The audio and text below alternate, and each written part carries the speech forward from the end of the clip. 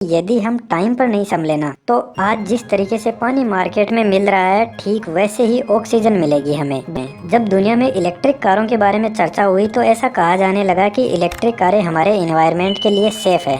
लेकिन मैं आपको कुछ रिपोर्ट दिखाना चाहता हूं जिसको देखकर आप सोचेंगे कि ऐसा भी हो सकता है क्या। यह न्यूज 2019 लास्ट की है, लेकिन प्रॉब्लम आज भी वैसी की वैसी है। जयपुर में लगभग 25,000 के आसपास में ई रिक्शा है और हर ई रिक्शा की 6 महीने बाद में बैटरी को बदलवानी पड़ती है, जिसके अंदर लेड एसिड बैटरी होती है। तो हर साल में 50,000 बैटरियां यहाँ पर रिजेक्ट हो जाती है। अब इन बैटरी की रिसाइकलिंग की कोई भी प्रोसेस नहीं है। 95% के आसपास जो भी बैटरियां हैं उनकी रिसाइकलिंग हो रही है, वह इलीगल है। यदि आप यह सोच रहे हो कि बैटरी वाली कार पोल्यूशन कम करती है तो ऐसा बिल्कुल भी नहीं है। आज बैटरी की कारों को चार्ज करने के लिए हम फोसिल फ्यूल को जलाकर इलेक्ट्रिसिटी जनरेट करते हैं, जैसे कोयले को जलाकर या फिर डीजल, पेट्रोल या न्यूक्लियर एनर्जी। तो जहाँ पर हम रह रहे हैं वहाँ पर तो कार पोल्यूशन क्रिएट नहीं करेगी, लेकिन जिस पावर स्टेशन पर कोयले से इलेक्ट्रिसिटी जनरेट हो रही है वहाँ पर इतना ज्यादा पोल्यूशन बढ़ जाएगा जिसकी कैलकुलेशन हमारे पास नहीं है। हाँ, यदि इस बैटरी वाली कार को यदि सोलर या हाइड्रो इलेक्ट्रिक या विंड एनर्जी से चार्ज किया जाए तो हो सकता है कि पावर प्लांट वाला पोल्यूशन तो कम हो जाए। और जब इन बैटरी वाली कार की डिमांड ज्यादा बढ़ जाएगी तो आज हम जिस इलेक्ट्रिसिटी के लिए 7 से 8 रुपया एक यूनिट का पे कर रहे हैं, उसी यूनिट के रुपए इस पेट्रोल डीजल की तरह बढ़ते ही चले जाएंगे। ऊपर से इन इलेक्ट्रिक कारों की बैटरी की समस्या यह सबसे बड़ी है। इस बैटरी को डिकम्पोज करने के लिए हमारे देश में कोई रूल्स रेगुलेशन नहीं है। यह जो कबाड़ी वाले होते हैं ये बैटरी को डायरेक्ट जला देते हैं और उससे इतने खतरनाक केमिकल निकलते हैं कि बैटरी के जलने से जो पोल्यूशन क्रिएट होता है उससे एटम कई हजार किलोमीटर तक पहुंच जाते हैं। जो बड़ी बड़ी कंपनी है जैसे टेस्ला, वह भी इलेक्ट्रिक कारें तो बना रही है, लेकिन उनके लिए बैटरी आज भी बहुत बड़ी समस्या है और इस बैटरी के फील्ड में बेहतर सोल्यूशन के लिए रिसर्च भी चल रही है। हमारे देश में हर साल करोड़ों अरबों की संख्या में ड्राई सेल बैटरी बनती है और उनमें से सिर्फ और सिर्फ 20% बैटरी ही रिसाइकल के लिए पहुंच पाती है। और एक जो ड्राई सेल बैटरी होती है वह लगभग 100 साल तक अर्थ के एनवायरनमेंट को पोल्यूट करती है। और ऊपर से हमारे देश में इन बैटरी की रिसाइकलिंग के लिए कोई कानून व्यवस्था नहीं है। आपको क्या लगता है इलेक्ट्रिसिटी कार वजन में हल्की होती है? ऐसा बिल्कुल भी नहीं है। इलेक्ट्रिक कारें वजन में हमारी पेट्रोल डीजल की कारों से कई गुना भारी होती है और यह सिर्फ और सिर्फ बैटरी की वजह से होता है। यदि फ्यूचर बैटरी को मानकर यदि किसी हवाई जहाज को बैटरी पावर से उड़ाना हो तो जितना हवाई जहाज का फ्यूल टैंक होता है उससे लगभग 30 गुना वजन हवाई जहाज की बैटरी का हो जाएगा। और ऐसी कंडीशन में हवाई जहाज उड़ना तो दूर हिल भी नहीं पाएगा।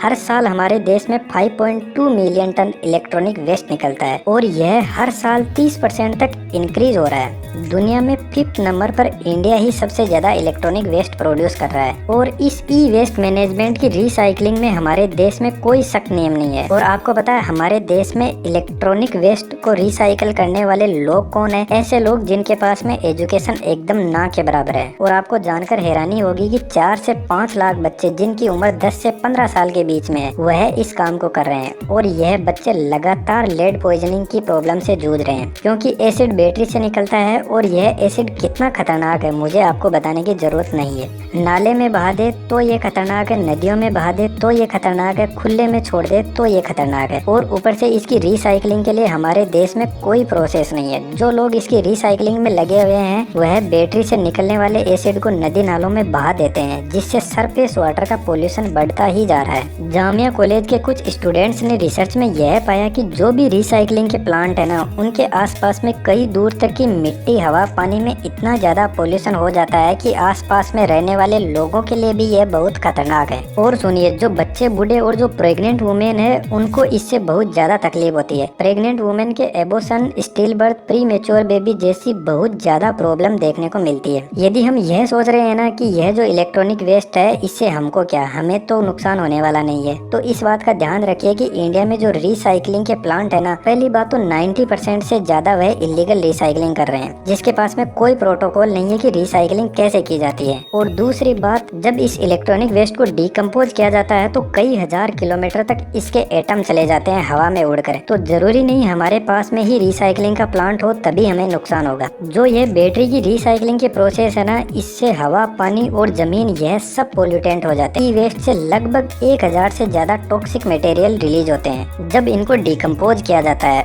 और ऐसी कोई प्रॉब्लम नहीं है हमारे शरीर में जिससे इनसे होती नहीं है। और सुनिए, जो दुनिया की 10 पोल्यूटेंट सिटी है जिनमें से सबसे ज्यादा पोल्यूशन है, उनमें से 9 तो हमारे देश इंडिया की ही है। हमारे देश में 80% से ज्यादा जो सरफेस वाटर है वह पूरी तरीके से पोल्यूशन की चपेट में आ चुका है। और हमारे देश में अभी भी सबसे बड़ी प्रॉब्लम यही है कि पोल्यूशन के खिलाफ हमारे देश की सरकारें गहरी नींद में सो रही है। धड़ल्ले से पेड़ काटे जा रहे हैं और फैक्ट्रियां लगाई जा रही है, और ऊपर से हमारे देश में इस इलेक्ट्रॉनिक वेस्ट को डिकम्पोज करने के लिए कोई भी पॉलिसी नहीं है जो इस पर सही से काम करती हो। यह रिपोर्ट देखिए, यह आइसलैंड की है जिसने पिछले 20 सालों में 750 स्क्वायर किलोमीटर एरिया के बर्फ को लूज कर दिया, सिर्फ और सिर्फ ग्लोबल वार्मिंग की वजह से। और हर साल 298 बिलियन टन बर्फ पानी में बदलती जा रही है, सिर्फ और सिर्फ ग्लोबल वार्मिंग की वजह से। और ओशियंस का लेवल बहुत ज्यादा हाई स्पीड में बढ़ रहा है। हमारी अर्थ का टेम्परेचर लगभग 1.5 डिग्री सेल्सियस तक बढ़ गया है, और यदि इसको आने वाले कुछ सालों में कंट्रोल नहीं किया गया तो आज जो यह अचानक कभी बाढ़ आ जाती है, कभी कोई तूफान आ जाता है, यह इतने ज्यादा बढ़ जाएंगे कि धरती पर इंसान रह ही नहीं पाएंगे, घुट घुट के मर जाएंगे। तो क्या इस बैटरी वाली कार का कोई सॉल्यूशन है?